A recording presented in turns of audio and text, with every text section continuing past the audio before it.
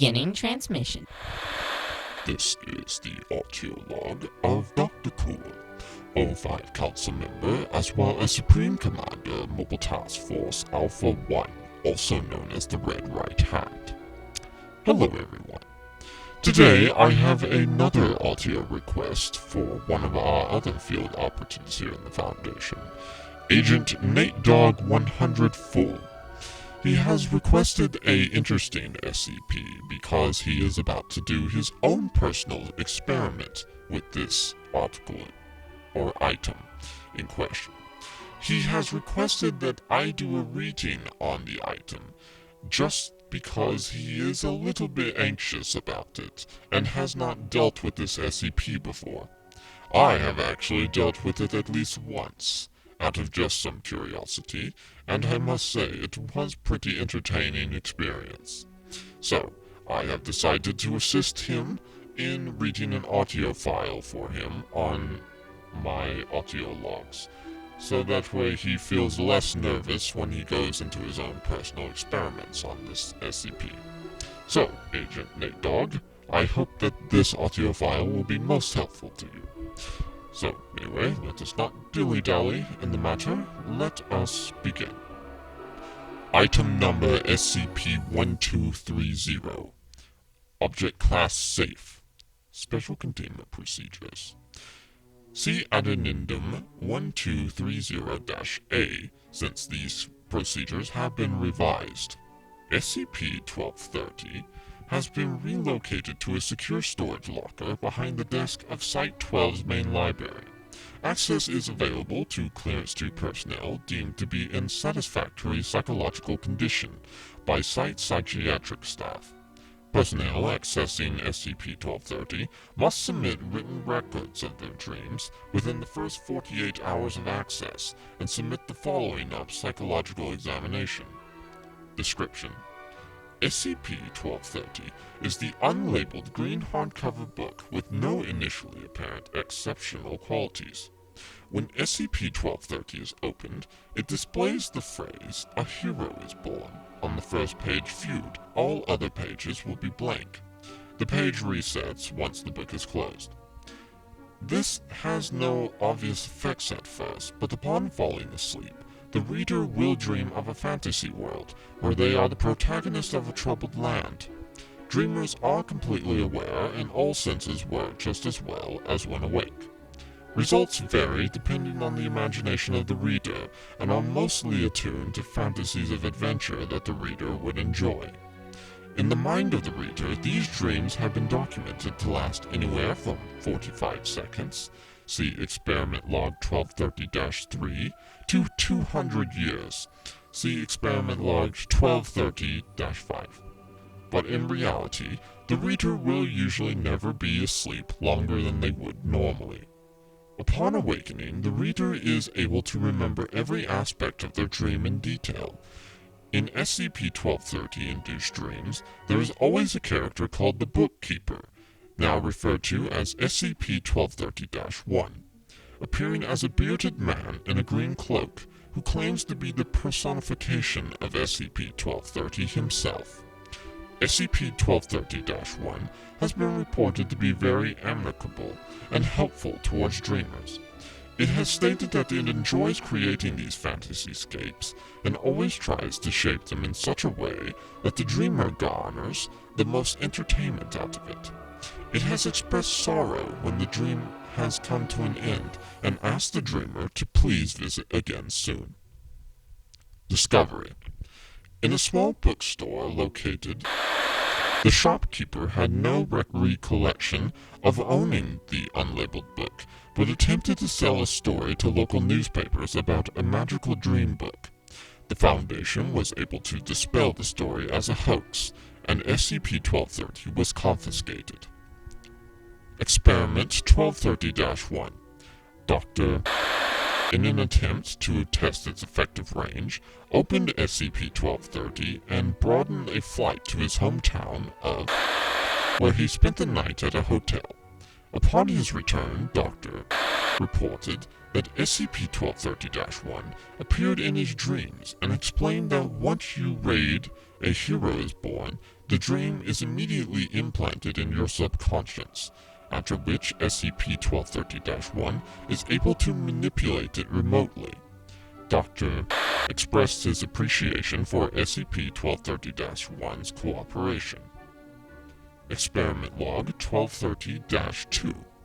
A camera was set up above SCP-1230, and using a mechanical arm, the book was opened. All pages were revealed to be blank. It seems that SCP-1230 is only effective when opened by beings that are able to have dreams. SCP-1230-1 explained to a recent dreamer that it is actually only able to affect beings with an imagination, and that most creatures such as animals would not be affected. Experiment 1230-3. 1D class was instructed to open the book, and after much reassurance that his experiences would only be dreams, ordered to immediately find a way to kill himself in the dream. The subject was asleep for merely 45 seconds before he awoke with a start and a nervous sweat. He reported being at the summit of a volcano called the Ashen Spire, on a quest for Calderus, the Blessed Bride. When asked how he knew the names, he claimed, "It's like I knew them all along." He apparently leaped into the volcano and felt an intense heat before awakening. D-Class requested permission to give it another go. However, this request was denied. Experiment 1230-4. 1D Class was instructed to open the book and attempt to non-fatally injure himself in the dream. After 6 hours, the D-Class awoke and reported that he was able to feel a numb sort of pain where it was never so intense as to be unbearable. He also reported meeting an elderly cloaked man who asked him why he was harming himself, but thanked him for not immediately killing himself, like the other rude fellow. Experiment 1230-5. Professor filed a request for access to SCP-1230 and was quickly permitted given his level 4 clearance. Staff members recalled that Professor was almost visibly shaking with excitement, and some reported that Professor was an avid fan of tabletop and role-playing games.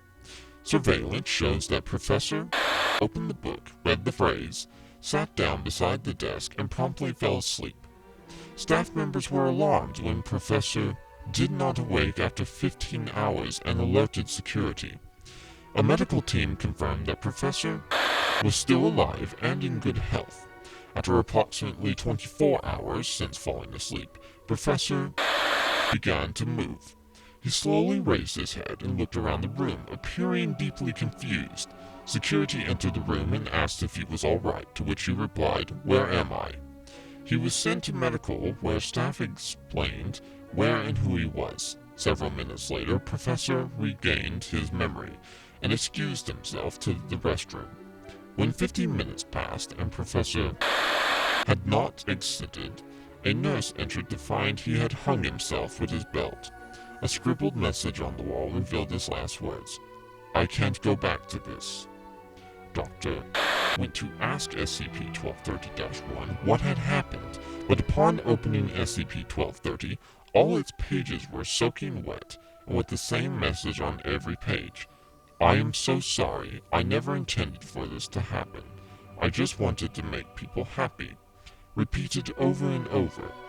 SCP-1230 remained in this state for 3 weeks, and its desk had to be wiped dry bi-weekly. In an attempt to communicate, Dr. placed a sticky note inside SCP-1230 with the statement, "I would like to talk to you if that's all right." The next morning, Dr. filed a report about the dream he had concerning SCP-1230-1. This report, of course, can be read here in the article file, which is found in the video description. It is a little bit heartwarming, you could say, so those of you that are emotionally weak, just forewarned for that. Shortly after the report was filed, surveillance showed Dr. slipping another small paper into SCP-1230.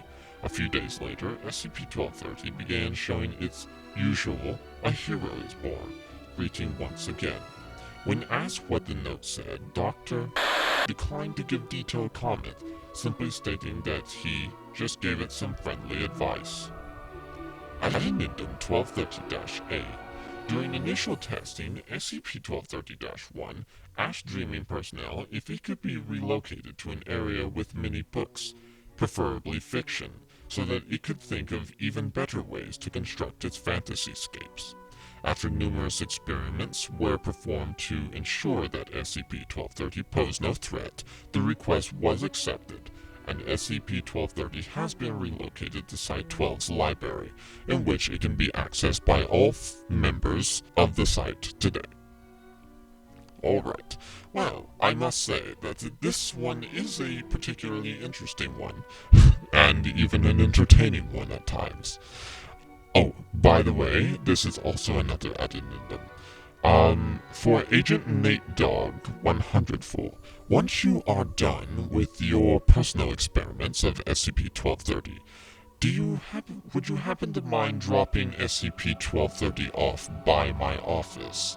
I haven't had any vacations in a fantasy landscape in quite a long time, and having conversation with SCP-1230-1 does seem to be a very intellectual and calming time for me. So, I would like to see my old friend again, but anyway, that is just a request, and I would appreciate it once you are done to let me have a turn. Maybe this time I'll be able to slay a dragon and save the princess. But then again, you never know, right? Anyway, thank you so much for your request. If you would like me to read any other requests that any of you, whether you being a researcher of the Foundation, or simply whether you would like to hear your favorite article file for pleasure, then please provide a comment below. I will be more than happy to accept the requests. Alright, well, that is all the time that I have for today, and I hope that all of your days are just exciting as the fantasies in this book.